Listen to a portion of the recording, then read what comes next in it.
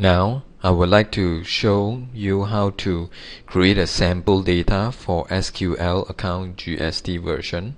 What you need to do is just after you install, you can choose to evaluate with sample data, or you can come here and create sample database, and in this case we will do a sample testing company. Up to you if you want to create a separate different name for the company, and sample data will automatically be created for you. You just need to wait about 1 to 2 minutes. A sample data has been created. Just double click on it. The username for sample data is admin. Password is the same, admin. Small cap or big cap, it doesn't make a difference once you have logged in. Now, regardless of whether it's a sample data or a upgrade version or even a blank data, the concept is the same. You will need to go to GST and create a GST profile by clicking Start GST Now.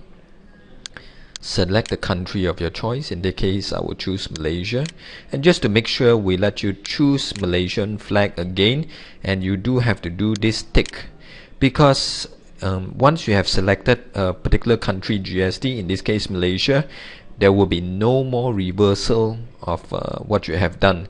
So kindly select correctly, and you can choose next.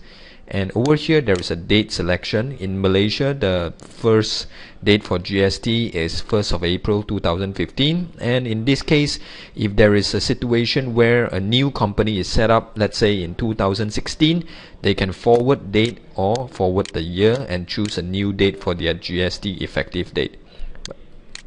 Next, give it a GST number. In this case, I will key in a sample.